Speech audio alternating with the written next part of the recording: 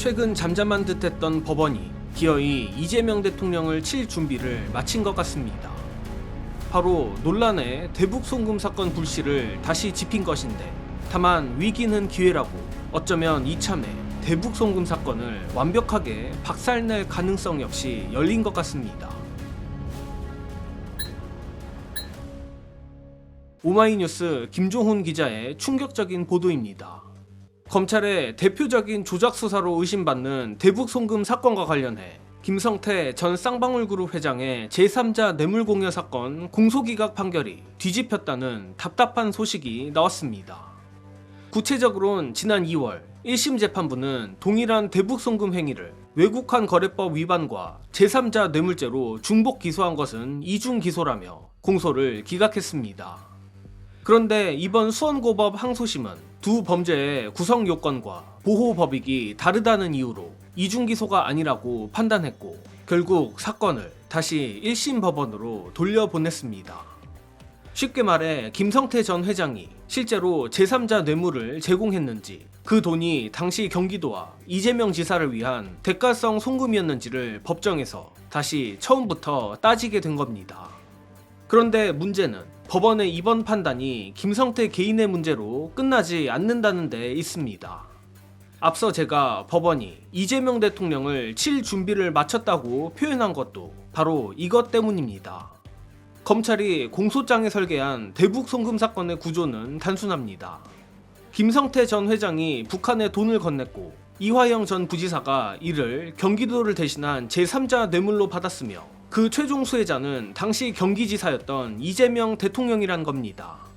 따라서 정말 만에 하나 김성태 전 회장의 제3자 뇌물공여 혐의가 유죄로 인정되면 검찰은 그 결과를 이화영 전 부지사의 제3자 뇌물 사건에 그대로 연결하려 할 겁니다. 그리고 그 다음은 자연스럽게 현재 재판이 정지된 이재명 대통령입니다. 물론 이번 항소심은 유무죄를 판단하진 않았습니다. 외국환 거래법 위반 사건과 제3자 뇌물 사건을 별도로 재판할 수 있으니 공소 기각하지 말고 실제 유무죄를 심리하라는 겁니다. 그럼에도 기존에는 공소 기각으로 끝날 수 있었던 사건을 이제 실제 법정에서 다퉈야 한다는 것 자체가 리스크입니다.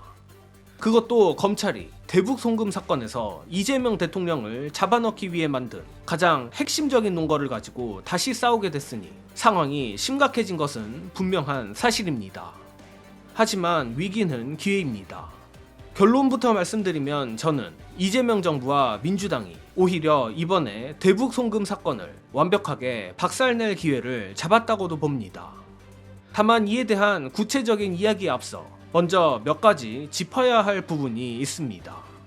일단 행복회로와 불행회로를 모두 걷어내고 객관적인 물증과 현재까지 공개된 상황만 보면 이화영 전 부지사나 이재명 대통령에게 전황이 일방적으로 불리하지는 않습니다.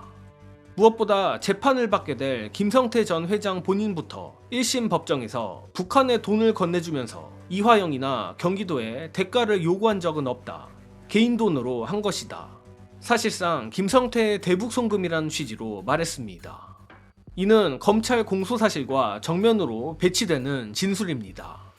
또한 이화영 전 부지사 측 김광민 변호사도 오마이뉴스와의 통화에서 결국 방법은 하나라며 법정에서 하나하나 따져가면서 다투면 된다고 밝혔습니다. 특히 국정원 조사 결과를 비롯한 여러 객관적 사실이 수원지검의 공소사실과 배치된다고 강조했습니다.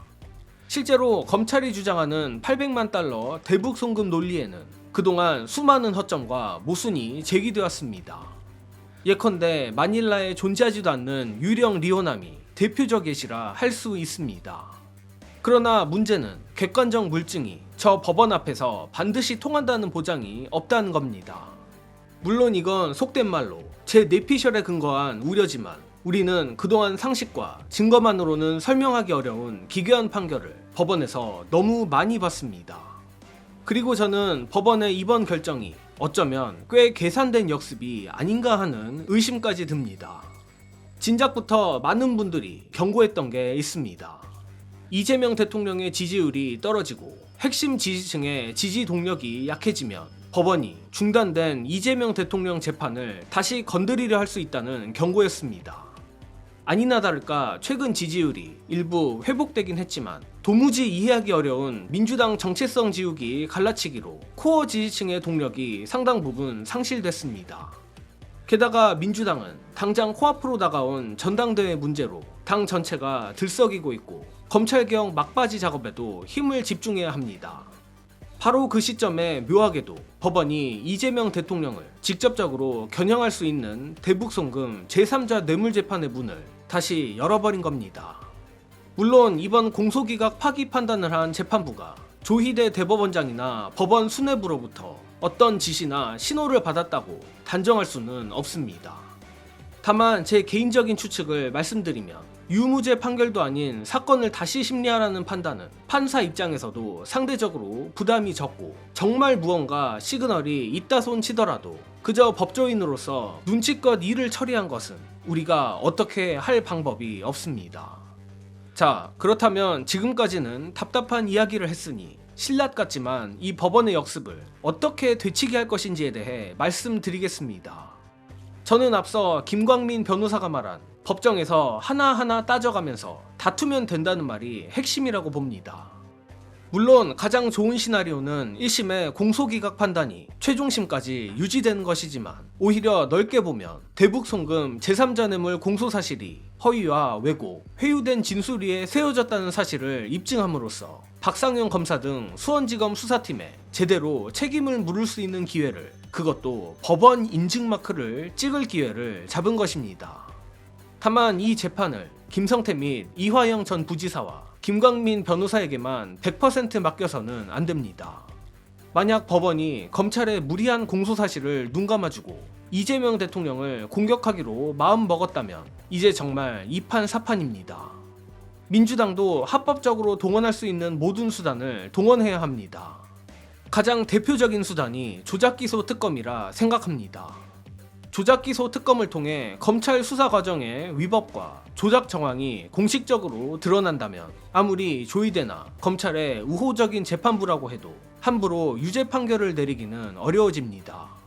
특히 법 왜곡죄가 있는 지금이라면 더 그렇습니다. 하지만 그러려면 이재명 정부와 민주당이 정말 정신을 바짝 차려야 합니다.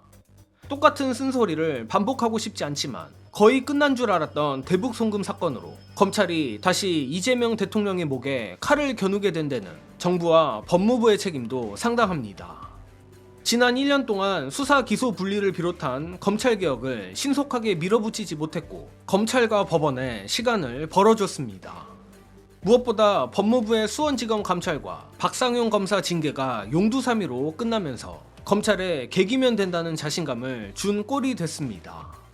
그 결과 검찰은 살아남았고 법원은 검찰이 다시 공격할 수 있는 길을 열었습니다. 그나마 다행인 건 이제라도 민주시민들의 분노를 확인한 정부와 민주당이 진정한 검찰개혁 완성을 향해 움직이고 있다는 점입니다. 그렇기에 지금은 외연 확장이니 제3의 길이니 하는 한가한 소리를 할 때가 아닙니다. 검찰과 법원은 호시탐탐 기회만 노리고 있습니다. 무엇보다 조희대 대법원장과 법원 수뇌부는 바보가 아닙니다. 저들은 자신의 권력과 조직을 지키기 위해 목숨을 걸고 움직이는데 민주당과 정부만 한가롭게 내부 논쟁을 반복하고 있어서는 안 됩니다. 물론 당분간은 전당대회 때문에 조작기소 특검을 신속하게 입법하기 쉽지 않을 수 있지만 전당대회가 마무리되는 즉시 조작기소 특검을 출범시키고 검찰의 조작 사건에 대응해야 합니다. 다행히 아직 완전 늦은 건 아닙니다. 좋은 의미든 나쁜 의미든 이재명 대통령은 정말 위기가 닥쳤을 때 가장 강한 모습을 보여준 전례가 있습니다. 저는 이번에도 그 감각이 살아나기를 바라고 살아날 거라 믿습니다. 고로 반복하는 말이나 정부와 민주당이 한가하게 굴지 말고 검찰과 법원이 다시는 이재명 대통령을 정치적으로 사냥하지 못하도록 모든 합법적 수단을 동원하길 바랍니다. 이번 소식은 여기서 마칩니다. 시청해주신 여러분 감사합니다.